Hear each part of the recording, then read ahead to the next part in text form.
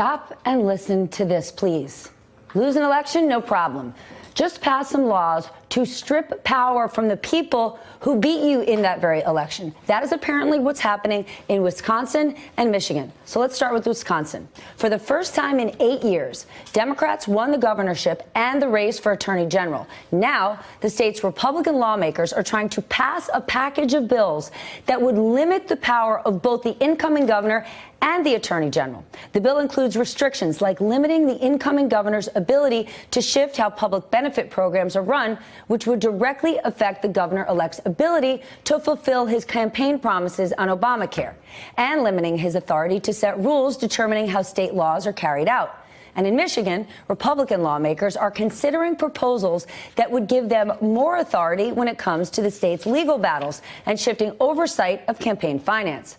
Democrats believe this is also a power grab to restrict the newly elected Democratic governor, attorney general, and secretary of state. This is stunning to me. Joining me now to discuss, Mark Murray, NBC senior political editor, Rick Tyler, an MSNBC political analyst and Republican strategist, and Christine Quinn, the vice chair of New York's Democratic Party. Mark, I turn to you first. Is this as completely crazy as it sounds? The people in those two states voted for Democrats.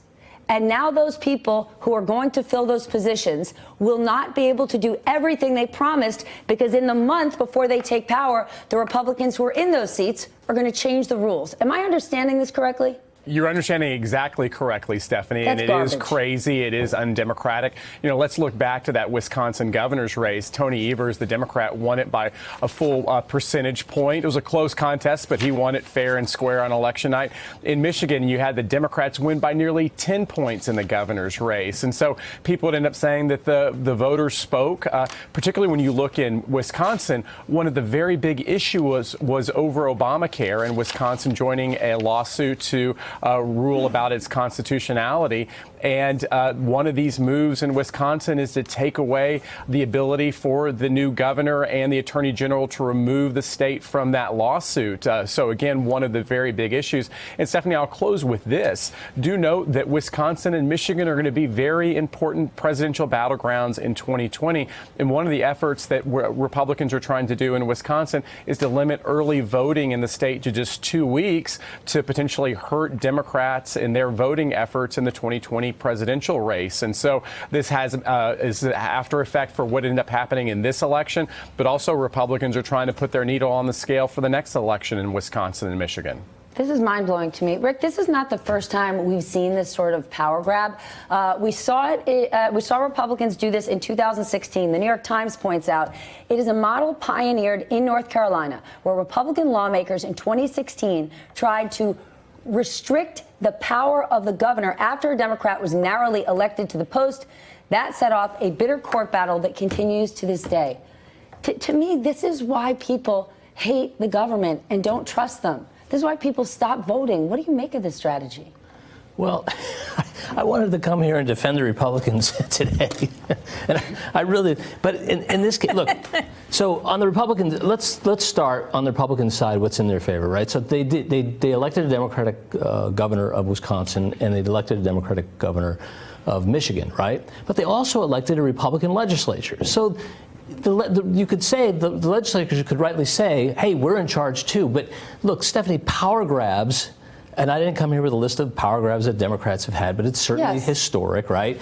But power grabs they're endemic. They're part of the system. It's. I don't want to sound cynical about it, but this is what they do. They say, so we should just accept them. I don't know. I'm not sure, but because no, we shouldn't accept them. And the voters shouldn't accept them. The voters don't have a choice. The voters went and voted last month, and now this is happening without them knowing. And it's wrong, and they can correct it. But the voters of Wisconsin and Michigan denied more Republican power than the Republicans can deny the governor, right? Over because they elected a governor.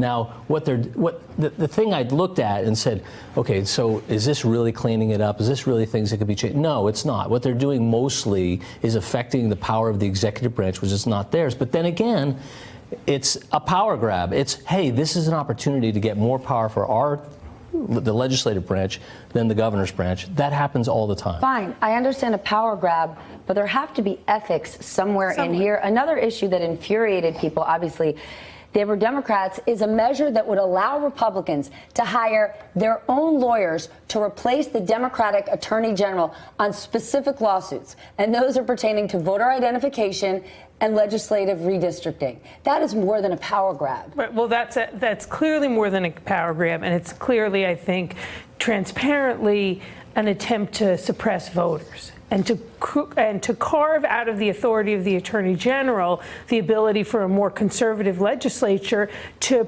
impact who votes, impact when they vote, impact how they vote.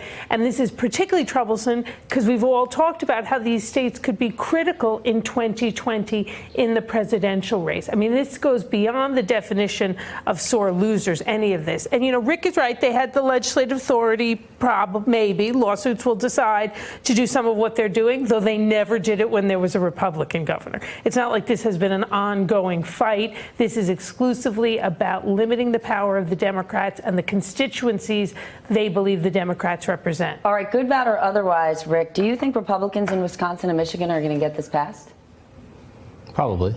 Wow. All right, Mark, I got to ask you about North Carolina, because there could actually have been election fraud in that state. The House race in the state's 9th district has not yet been certified. The Washington Post has a new report, and NBC hasn't been able to confirm it. But according to some Democrats, it is a Republican-hired operative behind the activity with the absentee ballots. Walk us through what's going on here. I mean, voter fraud, one might think they should call Chris Kobach in.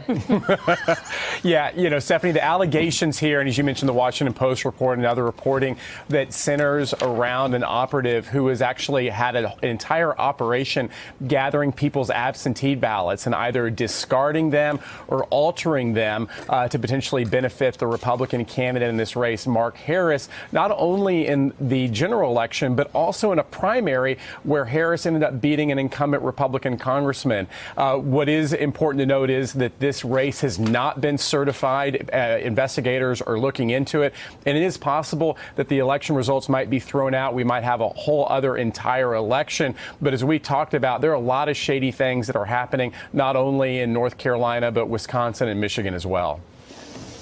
My goodness, we got to pay attention to all of these states. Hey there, I'm Chris Hayes from MSNBC. Thanks for watching MSNBC on YouTube. If you want to keep up to date with the videos we're putting out, you can click subscribe just below me or click over on this list to see lots of other great videos.